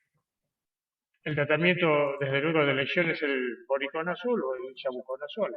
Actualmente los dos son usados en el control de esta infección. Totalmente. Quería agregar algo que usted comentó. En realidad, una alternativa, nosotros acá en Bolivia utilizamos el Minival como estrategia para la obtención de muestras, si bien tiene algunas limitaciones con respecto al lavado broncoalveolar en el cual el Minival es a ciegas, pero tiene el tema de que como es protegido, la posibilidad de contaminación con muestras con secreciones respiratorias altas se reduce, pero es una aproximación al no tener nada y solo utilizar el aspirado traqueal. Sé que la doctora Teresa Peláez, de España, está trabajando en tratar, es una micóloga, tratando de validar el uso del aspirado traqueal y un valor de corte de galactomananos en el aspirado traqueal para poder, digamos, utilizar en los pacientes con COVID como elemento diagnóstico y pasar de una aspergilosis probable a una aspergilosis posible como elemento para poder orientar el tratamiento de los pacientes. Y en ese caso, también comentar que existe la posibilidad de algunas cepas de aspergillus resistentes a los azólicos, por lo cual si eventualmente uno pudiera tener posibilidad de hacer test de resistencia cuando no hay respuesta clínica adecuada y uno tiene confirmación de infección por aspergillus, tratar de ver derrotar a anfotericina liposomal como estrategia. Bien, es verdad, eso es muy importante, sobre todo en Europa, que hay mucha resistencia a los triazoles en los aspergillus ambientales. Totalmente. Creo que tiene que ver en parte por el uso, Sí, digamos, de los plaguicidas. Bueno, creo que podemos hacer un repaso de las 3 infecciones más importantes. Un placer y un honor estar con usted, doctor. Bueno, muchas gracias. Gracias a ustedes por haberme invitado, a permitirme estar en esta reunión tan interesante. Gracias a ambos. La verdad que es un placer escucharlos y aprender, ¿no? Siempre es lindo seguir perfeccionándose. Bueno, Marta, ¿querés hablar vos un minutito? Tenemos una pregunta igualmente para hacerle después al doctor Quirós. No se vayan 5 minutos y estamos terminando, ¿sí? ¿Querés hacer la pregunta primero, Marina? O... Bueno, Sí, bueno, mejor, entonces, mejor. Miriam, yo le quiero abrir, me gustaría que lo haga Miriam directamente, que es muy buena la pregunta. Hola, bueno, la pregunta, gracias por las charlas, estuvieron maravillosos ambos. Al doctor Quirós un beso gigante y una pregunta. Nosotros en Argentina estamos con el tema, siguiendo el tema diariamente, como en casi todos los países, con los infectados, los fallecidos, y relacionando esto con el porcentaje de vacunación con COVID, que hoy por hoy es más o menos un 23 y pico %, 2 dosis en nuestro país. El punto es que la cantidad de fallecidos no está cambiando en relación a lo que debería si uno tomara que la efectividad de las vacunas es la que tenemos conocimiento, y querría saber a ver qué comentario esto te merece o qué opinas al respecto. Sí, es bastante interesante la pregunta, porque bueno, claro, si uno mira el tema de fallecidos por cada millón de habitantes, uno ve que todavía hay un bisatergo de la cola que viene sucediendo de acumulación. Recuerden que los pacientes con COVID, en la medida que la efectividad de los tratamientos logra, digamos, reducir la muerte inicial de los pacientes. Hace un año atrás no se usaba ECMO, hace un año atrás no había tocilizumab, hace un año atrás no se estaba haciendo el manejo del distrés que se está haciendo ahora. Hoy lo que vemos es que los pacientes sobreviven largo tiempo en la terapia intensiva y finalmente algunos de ellos terminan falleciendo. Ese es uno de los motivos de por qué hay un retraso en ver el impacto en el fallecimiento. El otro aspecto importante, eso sí se ha demostrado en Argentina como en otros países, es que el grupo afectado cambió. Mientras al principio de la pandemia el grupo vulnerable eran los mayores de 65, de 60 años, sobre todo con alguna condición comórbida, obesidad, que en Latinoamérica es lo que más predomina, diabetes, como dijo el doctor Negroni, ahí por ejemplo México tiene una alta incidencia de pacientes diabéticos. Hoy lo que estamos viendo es que se ha corrido ese grupo es el que está inmunizado en Argentina con 2 dosis en un porcentaje mucho más alto que la población menor de 65 años, y lo que se está viendo justamente es la afectación de personas más jóvenes que tienen alguna condición comórbida. Siempre es anecdótico el caso de un conocido que era joven, no tenía ningún factor de riesgo y tuvo una mala evolución. Habitualmente no tenía un factor de riesgo que yo conociera, pero probablemente alguna condición pueda haber tenido. Lo que estamos viendo y lo que se está viendo es gente más joven con algún factor de riesgo, no vacunados o parcialmente vacunados. Cuando digo parcialmente es con una sola dosis, que son los que están ingresando a las terapias intensivas. Yo lamentablemente no estoy en Argentina como para dar la impresión de Argentina, pero estoy contando lo que pasa acá en Bolivia.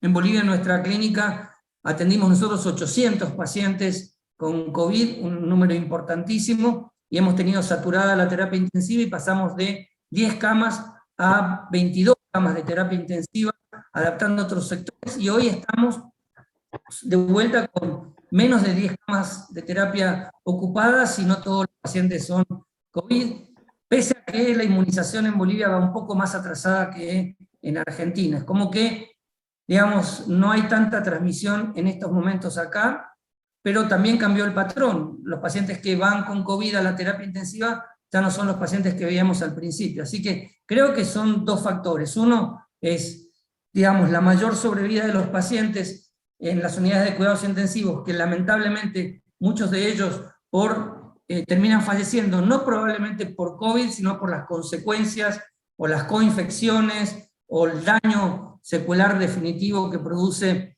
o las complicaciones que produce la estancia prolongada en terapia intensiva, y otro es el cambio del mix hacia poblaciones más jóvenes que no están debidamente inmunizadas todavía y que tienen factores de riesgo. Así que yo estimo que, como ha pasado en otros lugares, cuando la tasa de inmunización en las personas vulnerables y eventualmente en los grupos jóvenes llegue al más del 80%, que es lo que hoy sabemos para la cepa delta, probablemente esto cambie. Igual lo que sí es cierto es que la ocupación en terapia intensiva se ha reducido en Argentina, que es un indicador también de la demanda que existe por los casos de COVID, ¿no?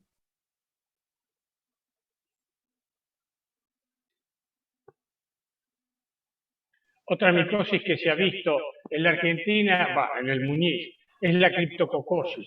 Pero la criptococosis está exactamente asociada al HIV positivo. No ha habido ningún caso de criptococosis en pacientes no HIV positivos. Es bastante complicado porque de por sí la criptococosis es una infección con una alta tasa de mortalidad.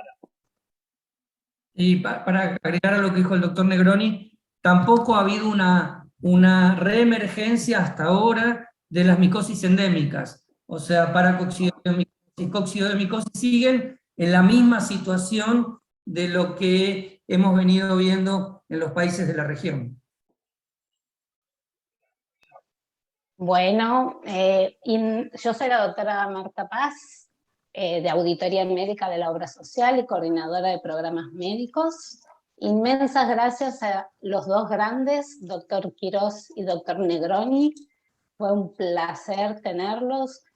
Gracias por la generosidad, por la disposición desde el primer momento y por la pasión por lo que hacen. Muchísimas gracias, un placer. Gracias a todos por su participación, un gusto. Gracias Marina Stachuk y Bernardo González Ley por haber propiciado este encuentro, que esperamos que sea el primero de muchos otros, como un espacio para compartir conocimientos y experiencia entre distintos profesionales de la obra social por casos interesantes que tengan. Están invitados a enviar propuestas. Aquí en pantalla tenemos una dirección de mail, pueden enviarnos propuestas, las evaluamos y armamos futuros encuentros. Gracias a los doctores Pablo Martín y Sonia Siliti, que en medio de las corridas del día a día se han tomado el tiempo y han armado este caso para presentarlo con nosotros, que ha sido sumamente interesante. A todos ustedes por haber participado. La idea era en este encuentro también hacer un lanzamiento de un programa post-coronavirus de la obra social, pero creo que ya ha sido un momento muy rico en conocimientos y en cosas adquiridas. Simplemente les quiero mencionar que actualmente los afiliados todos están haciendo consultas después de haber tenido coronavirus, y tienen acceso a sus consultas, a los estudios que se les solicitan, ya sea por control, por un chequeo, o que consultan por persistencia de algún síntoma.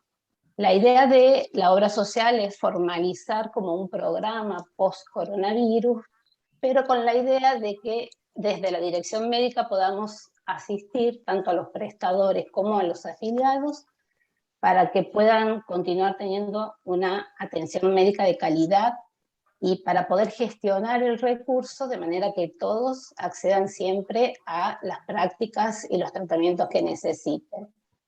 En relación a esto, en breve van a tener novedades, pero mientras tanto, bueno, muchos de ustedes ya están atendiendo a estos pacientes y están haciendo perfectamente bien los controles y los seguimientos. De hecho, muchísimas gracias a todos. Aprovecho al doctor Quirós y al doctor Negroni para ver qué recomiendan ellos de cómo seguir estos pacientes a mediano plazo y a largo plazo. Y con esto cerramos. Les agradezco, los invito a proponernos nuevos ateneos. creo que la meta sería en 1 mes o 2 meses tener un nuevo Ateneo y bueno, nada, no digo más gracias porque ya nos cansamos de decir gracias. Y bueno, espero las opiniones del doctor Negrón y el doctor Quirós. Doctor Quirós, hable usted porque yo ya le dije mi problema. Aunque usted no lo crea, a mí también me marginaron un tiempo de la clínica, pero era bastante obsesivo, seguía a los pacientes en forma remota hasta que pude volver. Bien, antes que nada quiero decir una cosa para todos los que están escuchando. Yo sigo siendo afiliado de Luis Pasteur, tengo la camiseta puesta y aún viviendo en Bolivia, cada vez que vuelvo a Argentina aprovecho para poder hacer mis controles de salud, así que no creo que haya otro sistema de salud mejor que el de Luis Pasteur. Con respecto a la pregunta, es todo un desafío, porque hoy lo que va a suceder es que el COVID se va a convertir también en una enfermedad profesional. Piensen que el personal de salud que adquirió la enfermedad en el contexto de la atención de un paciente podría eventualmente considerar que eso se convierte en una enfermedad profesional y eso va a tener también una consecuencia que tendrá que ser evaluada a futuro.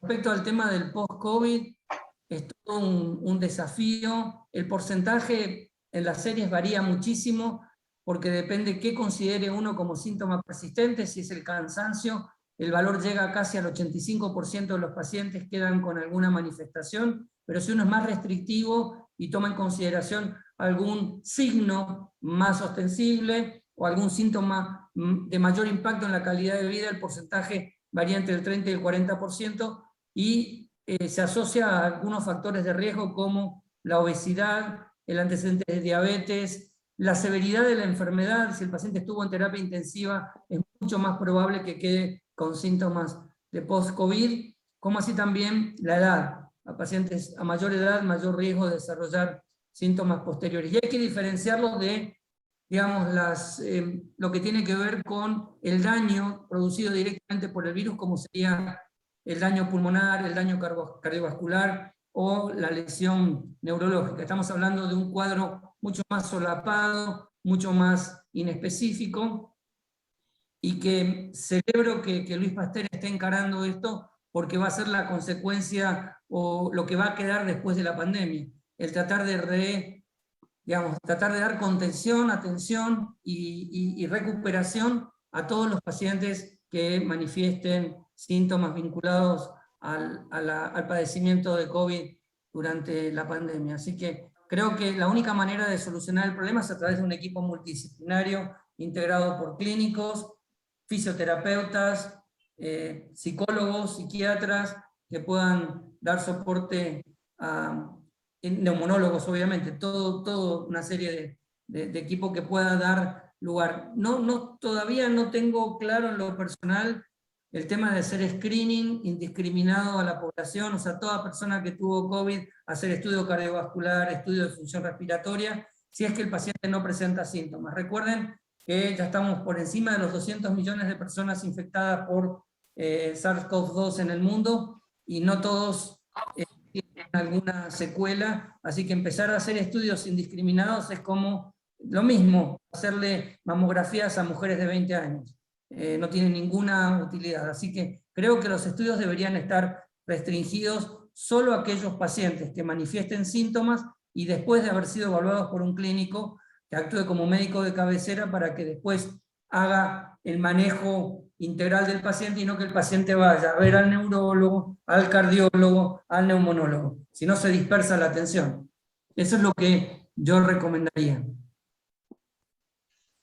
Bueno, no me queda más que proponer un aplauso a todos y gracias nuevamente, y bueno, los esperamos para el próximo Ateneo. Bueno, para mí, que soy nuevo, encantado de trabajar con Marta, especialmente para vos. Sí, verdad. Gracias, Marta, doctor. gracias por el esfuerzo. Marina, gracias por el esfuerzo. Y gracias, bueno, a los Gracias. profesores que nos han deslumbrado. Bueno, que tengan buenas noches, buen fin de semana, y creo que tienes todo un merecido Noches. descanso. Muchas gracias. Un agradecimiento a todos que estuvieron ahí presentes, Hasta que es pronto. muy lindo encontrarnos. Gracias. Muy buenas doctores. noches, felicitaciones. Gracias a todos. Gracias. Hasta luego. Muchas gracias, muy lindo todo. Muy bueno, chicos. Mm. Vamos a ir cerrando.